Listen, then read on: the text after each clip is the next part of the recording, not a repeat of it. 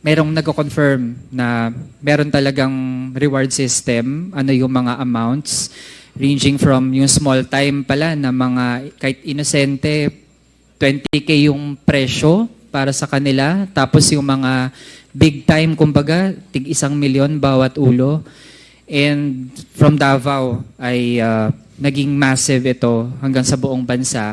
Kaya naman pala ganado yung mga sangkot na mga pulis na kapag neutralization talaga ang layunin ay pumatay dahil pala ganun kalaki yung reward na kanila makukuha, Mr. Chair. So yun muna sa ngayon. Maraming salamat. Okay, salamat Congressman Manuel. Yes, Deputy Speaker Suarez. Just a little bit of clarification to the points raised by Congressman Manuel. Colonel Garma, you mentioned earlier na dati po kayong Chief of Police ng Cebu. Tama po yun? Yes. Yes, Your Honor. Yeah. Mr. Can you Chair. speak louder? Kasi, Yes, Your Honor, Mr. Chair. At kanina po nung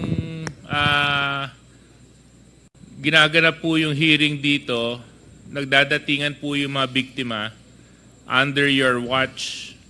And a lot of these victims actually flew in from Cebu.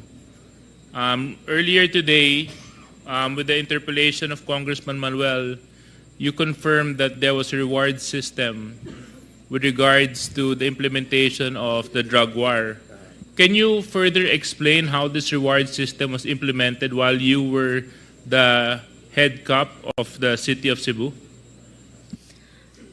Mr. Chair, during my stint as the City Director of Cebu po, yung mga station commanders ay directly reporting to R2.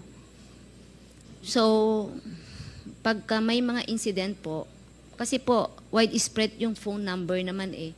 Lahat po ng chief of police yan, makonfirm, mayroon silang number kung saan sila magte-text. So, Ulit lang po. Sorry, hindi ko narinig. widespread po yung number kung saan po sila magte-text. During my time po, wala po nagte-text sa akin para ibato ko kay Sir Leonardo para bayaran. Hindi po ganun ang setup sa Cebu. The chief of police would directly report sa R2 po. Alam niyo po, Mr. Chair, during the drug war, sometimes po may mga nababypass din ng mga commanders.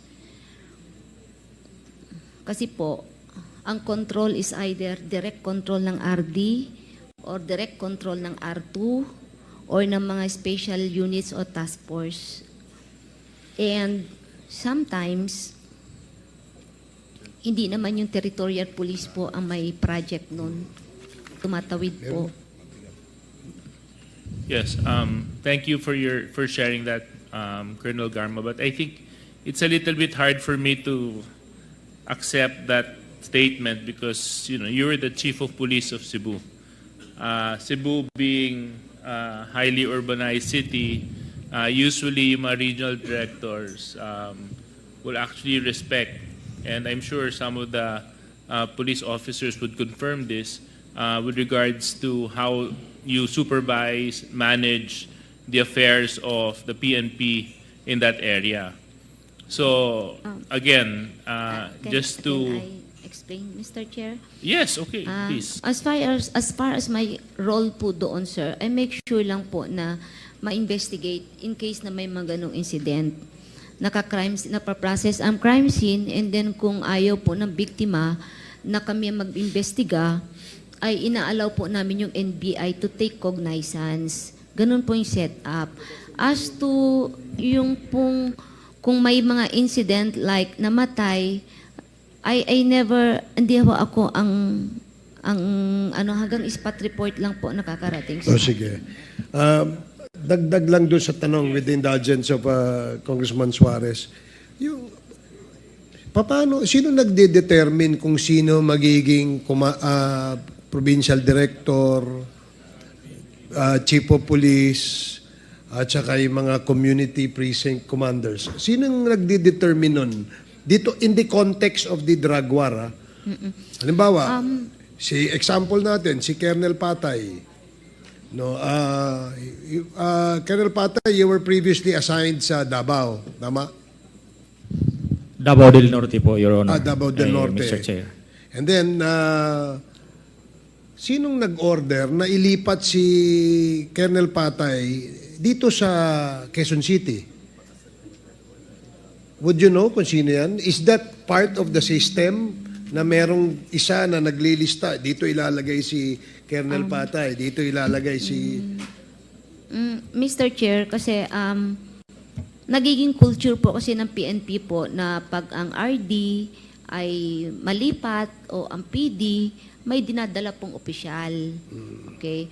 So, yung iba, pag dala mo yung opisyal, pwede mong ilagay kung saang pwesto na qualified naman po silang ilagay. Pero during that time po, meron din pong sitwasyon na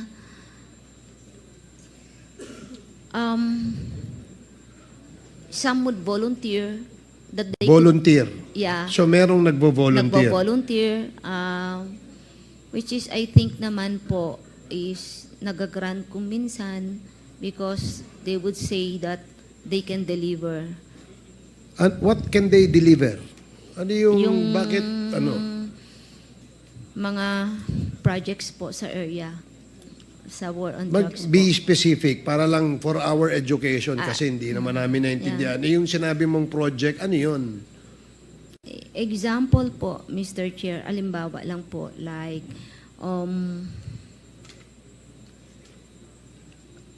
mag-regional chief ka, halimbawa po, ng isang unit sa IDG. In the case po of Sir Marcos po, Si Colonel Marcos. yeah, I Okay. think mayroong arrangement Colonel, yan. can you speak louder? Yes. May arrangement niya na he could deliver mga big fish in the area. So, Just to give him the opportunity to lead the unit, it's easier. Mga ganun po, yung iba naman po, nakakapagtrabaho, tama naman po yung trabaho, hindi naman po lahat po ay masasabi mong hindi tama po yung ginawa. ano bang ibig sabihin nung makaka-deliver? Halimbawa, is Colonel Marcos still here, no? So, anong ibig sabihin nung makaka-deliver? It's a lingo po sa PNP during that time na if you use the word deliver ay mahuhuli mo yung malaking big fish. Mahuhuli. Level 1, level 2 at sigurado po patay po. In the case of Colonel Marcos, siya ba'y nag-volunteer? Ang pagkakaalam ko po. Siya nag-volunteer. Sige. Yes, sir. Mamaya tanungin Pagkakaalam natin. ko lang po. Tatanungin natin siya.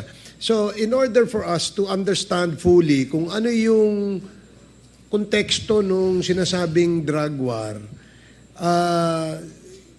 in the previous hearing, Chairman Acop, the Director General of the BITEA, no, to help us understand ano ba itong drug list, ano ba itong narco list.